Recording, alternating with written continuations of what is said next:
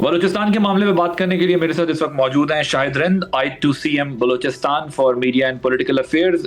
Shahid Rind sahab, thank you so much for joining अस।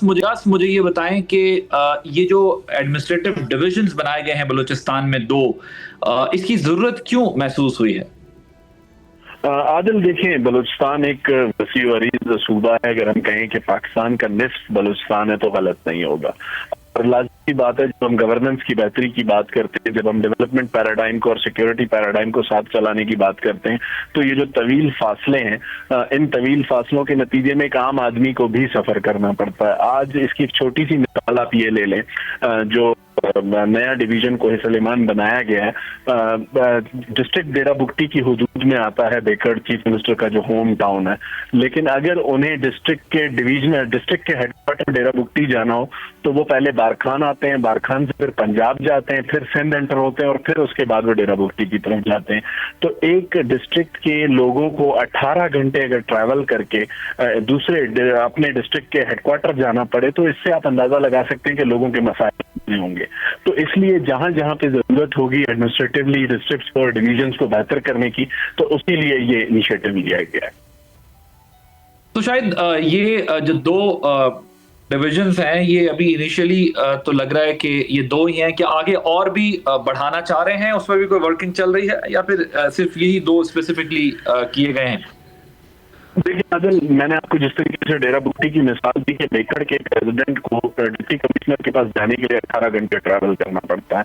इसके साथ साथ कोयटा डिवीजन इतना बड़ा था जिसमें तकरीबन तमाम जो हमारे पश्तून अजला हैं वो सारे कोयटा डिवीजन का हिस्सा थे। फिर से पैसे कबल जोब डिवीजन बनाया गया, लेकिन उससे भी जरूरत पूरी नहीं हुई। तो पशीन एक तो हाईली पॉपुलेटेड डिस्ट्रिक्ट है बलूचिस्तान का, कोयटा के बाद अगर हम कहें कि वहां पे जरूरत थी तो वहां पर बनाया गया। और मजीद भी एक छोटी सी मिसाल आपको दूंगा कि कलात डिवीजन जो कि कराची से शुरू होता है तक एक ही डिवीजन है। तो ऐसी सूरत हाल में उसका रीजनल हेडक्वार्टर जो है हर डिस्ट्रिक्ट से तकरीबन 6 घंटे की मसाफत पर है। तो अगर मुस्तकबिल में भी जरूरत हुई और जहां पे एक आम आदमी को रिलीफ देने के लिए इकदाम करने पड़े तो जरूर गवर्नमेंट उस पर गौर कर भी रही है और करेगी भी। ओके अच्छा, शायद हमने ये देखा कि डीजी ISPR ने भी अपनी प्रेस कॉन्फ्रेंस की थी, उसमें उन्होंने बड़े फोकस के साथ बताया था कि बलूचिस्तान के अंदर डिस्ट्रिक्ट कोऑर्डिनेशन कमेटीज जो है बड़ी एक्टिव हैं, बड़े वाइब्रेंट तरीके से काम कर रही हैं और उसका फ्रूट भी हमें नजर आ रहा है। सो उसके रिजल्ट्स प्रोड्यूस हो रहे हैं, उसका ट्रिकल डाउन इफेक्ट आ रहा है जो डिस्ट्रिक्ट कोऑर्डिनेशन कमेटीज कर रही हैं। सो ये वजीर आला ने भी आज अपनी स्पीच में ये बात की है कि उनको फील्ड मार्शल सैयद आसिम मुनीर साहब ने ये एडवाइस किया था कि डिस्ट्रिक्ट कोऑर्डिनेशन कमेटीज जो हैं वो बननी चाहिए। तो उनकी एडवाइस जो थी, उनका आइडिया था बेसिकली ये। सो उसी पर बलूचिस्तान गवर्नमेंट ने इम्प्लीमेंट किया है। सो कितनी इफेक्टिव मजीद होती जा रही है डिस्ट्रिक्ट कोऑर्डिनेशन कमेटीज, और इसका एक्चुअल में, क्योंकि आप उधर तर्जुमान भी हैं, सो एक्चुअल में रिजल्ट्स क्या आ रहे हैं, कितना इफेक्टिव है ये डिस्ट्रिक्ट कोऑर्डिनेशन कमेटीज का बनना वहां पर और चलना? अच्छा देखिए, सबसे इम्पोर्टेंट चीज ये है, पाकिस्तान के पॉलिटिकल सिस्टम जो डेवलपमेंट पैराडाइम है आदिल आपके सामने है।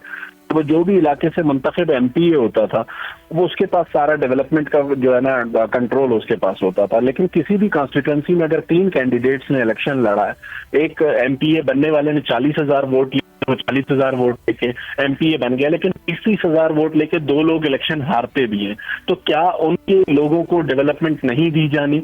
इस डेवलपमेंट को एक पॉलिटिकल इन्फ्लुएंस से निकाल के एक आम आदमी तक पहुंचाने के लिए कोऑर्डिनेशन कमेटीज है, जहाँ डिप्टी कमिश्नर को ये इख्तियार दिया गया है कमेटी के साथ कि डिस्ट्रिक्ट की आवाम को जहां जहां जो भी जरूरत हो, जरूरत को पूरा किया जाए, ताकि ये सिर्फ पॉलिटिकली मोटिवेटेड डेवलपमेंट ना हो। कमेटीज की सबसे बड़ी चीज ये है कि जो भी जिरगे होते हैं, चाहे वो सूबाई सतह के हों, डिविजनल सतह के हों या डिस्ट्रिक्ट सतह के हों, उसी वक्त जब आइडेंटिफाई कोई भी प्रॉब्लम एक आम आदमी की जानिब से उस जिरगे में या खुली कचहरी में डिस्ट्रिक्ट एडमिनिस्ट्रेशन के सामने किया जाता है, को उसी वक्त वो महकमे वेट करते हैं और उसी इंपॉर्टेंस के हिसाब से उसके लिए उसी वक्त बजट एलोकेट करते हैं कि ताकि जो डेवलपमेंट है वो पॉलिटिकल मोटिवेटेड ना हो, वो एक आम आदमी के लिए। और सबसे बड़ी चीज जो आज की एक्टिविटी है आदिल, इससे कभी भी चीफ मिनिस्टर जितनी भी एक्टिविटीज कोयटा में या बलूचिस्तान में कर रहे हैं उसमें 2 चीजें बहुत अहम है। आज की एक्टिविटी में एक सबसे अहम इंपॉर्टेंट कलर आपके सामने होगा कि आज जब जलसे के स्टेज पर बैठे थे तो उनके साथ सिर्फ पाकिस्तान मुस्लिम लीग नून या पाकिस्तान पीपल्स पार्टी नहीं बैठी थी,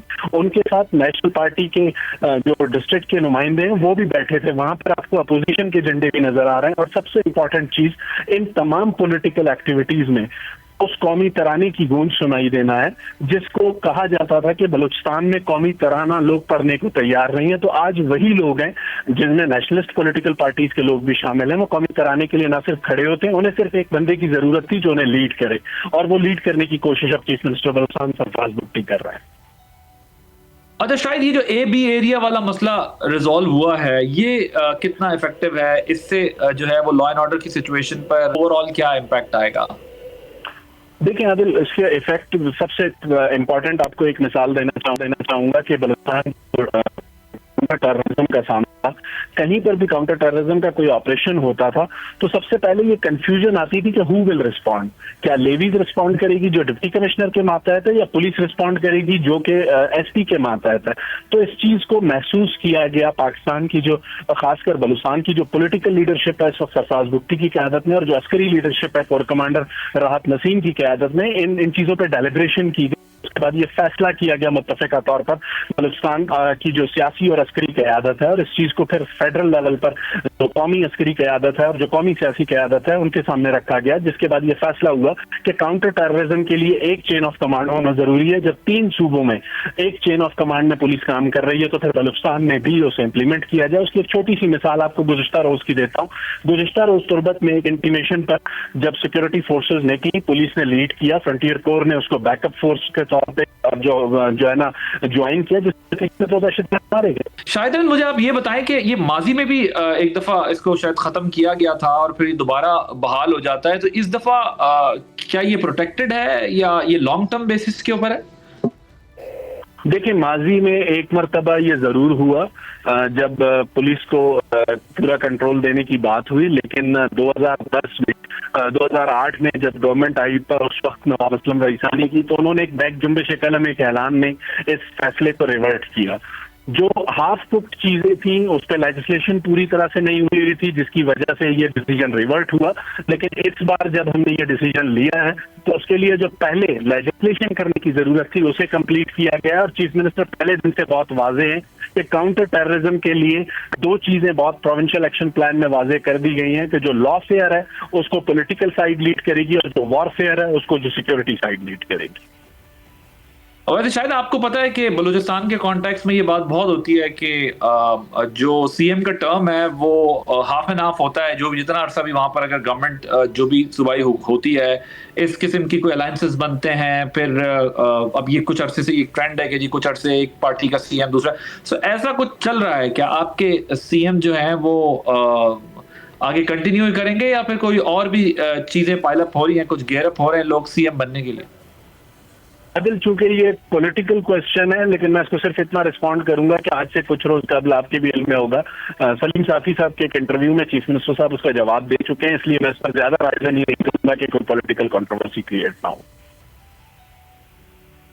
लेकिन आप पॉलिटिकल अफेयर्स भी तो देखते हैं ना, सिर्फ मीडिया अफेयर्स नहीं देखते। और जिस चीज पर आदिल चीफ मिनिस्टर स्टेटमेंट दे चुके हैं उस पर मजीद राय देना मेरा बनता नहीं है। अच्छा, ठीक है, thank you so much. Shahid रेंद हमारे साथ मौजूद थे, बलूचिस्तान हुकूमत का CM चीफ मिनिस्टर के तर्जुमान है, और गुफ्तगू कर रहे थे और बता रहे थे कि ये 2 डिविजन्स जो हैं वो क्यों बनाए गए हैं, जो एडमिनिस्ट्रेटिव डिविजन्स हैं कितना इफेक्टिव है। यानी चीफ मिनिस्टर बलूचिस्तान को पंजाब से होके वापस डेरा बुगटी आना पड़ता था, और उसकी तफसीलात बता रहे थे कि क्यों ये ज़रूरी थे, वहाँ के लोगों के क्या इश्यूज थे, क्या प्रॉब्लम्स थे, जिसकी वजह से ये सारा कुछ करना पड़ा, और डिस्ट्रिक्ट कोऑर्डिनेशन कमेटीज की क्या सिग्निफिकेंस है, और ये जो 2 एडमिनिस्ट्रेटिव डिविजन्स बनाए गए हैं इनकी क्या इंपॉर्टेंस है। डिस्ट्रिक्ट कोऑर्डिनेशन कमेटीज का आइडिया भी बड़ा स्ट्रांग और इफेक्टिव रहा है। ये बार बार बताया जा रहा है, लॉ इन्फोर्समेंट एजेंसीज के जो ज़राए हैं वो भी ये कहते हैं कि उसकी वजह से काफ़ी बेहतरीन नज़र आई है, और इसी तरह जो पॉलिटिकल गवर्नमेंट है वो भी इसको बहुत इफेक्टिव करार दे रही है। सो अपनी राय का इजहार कर रहे थे। आपने जो है बलूचिस्तान के चीफ मिनिस्टर के तर्जुमान की गुफ्तगू सुनी। सब्सक्राइब करें और बेल दबाएं ताकि कोई खबर रह न जाए।